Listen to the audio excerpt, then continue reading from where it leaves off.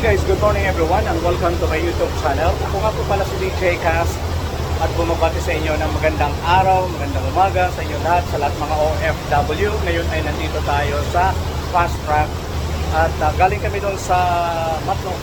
Yun ang Matnog, yung island na yun. At pupunta kami ron sa kabila. Dito naman yung Allen. Yan. So hindi natin alam kung ilan ang ilang minuto o ilang oras papunta ron, kaya mamaya sasabihin ko sa inyo kung ilang minuto dahil dito tayo sa ngayon sa fast track. Usually sa ordinary na barko ay mga almost or more than 1.5 hours. So ngayon ito dahil sinakyan natin yung fast track, so we'll see if how many minutes or ilang oras papunta ron sa kabila. So I will let you know later on, alright? So kung bago ka pa lang sa channel ko, please don't forget to subscribe to my channel and click the notification bell para updated kayo lagi sa mga video na ina-upload ko, okay? Subscribe to my man right here. Amazing content coming. You already know what it is. Don't forget guys to subscribe to DJ Cast channel. He's doing an amazing job. Go! Wow! Okay, hello everyone. Good morning po sa inyong lahat at welcome back po ulit sa ating YouTube channel. Ako nga po pala ulit si DJ Cast. Kung bago ka pa lang, ay huwag kalimutan po mag-subscribe sa aking channel. Ngayon ay nandito tayo sa Matnog Port at kami ay paalis na. Ito nga yung nakikita nyo ay sinasara na itong gate dahil itong fast track na sinasakyan ko ay paalis na sa loob na ng ilang minuto. So again ay sa nakikita nyo ay nandito tayo at maraming barko rito na paalis na rin. Nandito yung Marina Ferries, naka-schedule yan siguro mga 9 o'clock at at the same time mayroon din ditong barko na Montenegro Lines. Yan ay ito papasok na rin maya lang, alas 8 siguro ang alis nito. Ngayon nga ay time check po na tayo ay alas 6 ng umaga. Paalis na po itong fast track namin or fast cut at makikita nyo kung gaano kaganda itong umagang ito. So manood lang po kayo. Ayan, paalis na po kami. Sa nakikita nyo naman ay iniiwan na namin yung island ng Matnog. At ang ganda ng panahon, super ganda ng panahon ngayon. Nandito ako sa upper deck, dito ako sa taas. Mamaya ay pupunta tayo sa baba. So ngayon ay papakita ko muna sa inyo kung gaano ganda rito sa taas mag-stay. Ang ganda rito mag-video. Kita nyo naman yung island ng Matnog, ang ganda. So yun, from left and right kikita nyo ang view, yung sunset. Napaka ganda ng panahon ngayon, walang kaalon-alon. Ito nasa ano na kami ngayon, itong party pa rin to ng party pa rin to ng Matnog. So nandito tayo ngayon sa lower deck kung saan makikita nyo na marami rin mabibila mo rito ng pagkain. Meron dito snack bar, meron dito rin, marami ka rito, hindi ka magugutom. Ito si na madam. Hello po. Ngayon po ay nandito tayo sa snacks bar at bibili tayo ng maiinom. Ito guys, ito ay 50 pesos. At guys, pag bago ka dumating pala ng snacks bar ay makikita nyo bandang left side mismo ay ang toilet. Nandito yung pandalaki at nandiyan din sa kabila yung pambabae.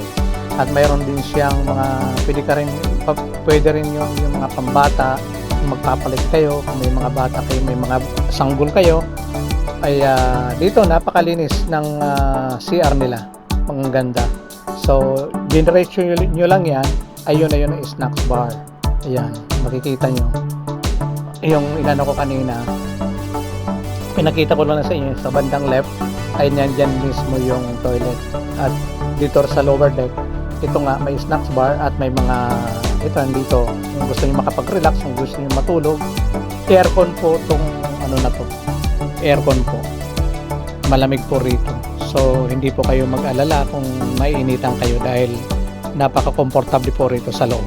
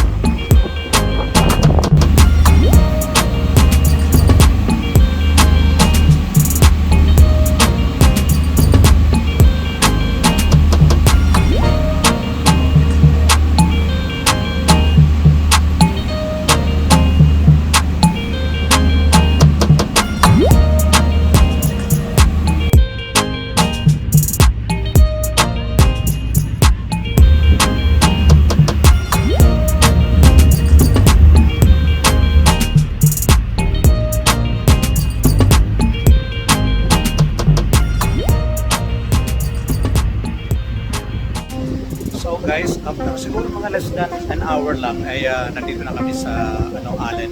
Yan ang Allen. So napakabilis lang ng biyahe namin dahil nga dito sa fast track. So ang rito, ang bayaran ko is 204. At saka babayad ka pa ng I think 10 pesos yung sa meron kang entrance sa babayaran doon sa labas. At actually ang ang bilihan doon talaga na doon sa may kabila, bibili ka ng kaso nga lang wala na akong time kaya pumunta lang ako rito sa may dito sa MV Montenegro at dito doon na lang ako sa kabila bibilihan ng ticket. So yung pamasahe naman sa bus, ang babayaran ko from Allen to Tacloban is 600 something, 640. Yeah, 640. So nakatipid ako ng konti kaysa naman sa doon ka pa bibili doon sa kabila, which is ang binayaran ko nung una is 1,200. So i-shoutout po natin ang mga magigiting ng fast cat. God bless po sa inyo lahat. Bago ka pa lang sa channel ko, paki-subscribe lang po at support lang po sa aking channel. Ako nga po pala si DJ Cass na nagsasabi. So see you on my next video. Alright? So, bye!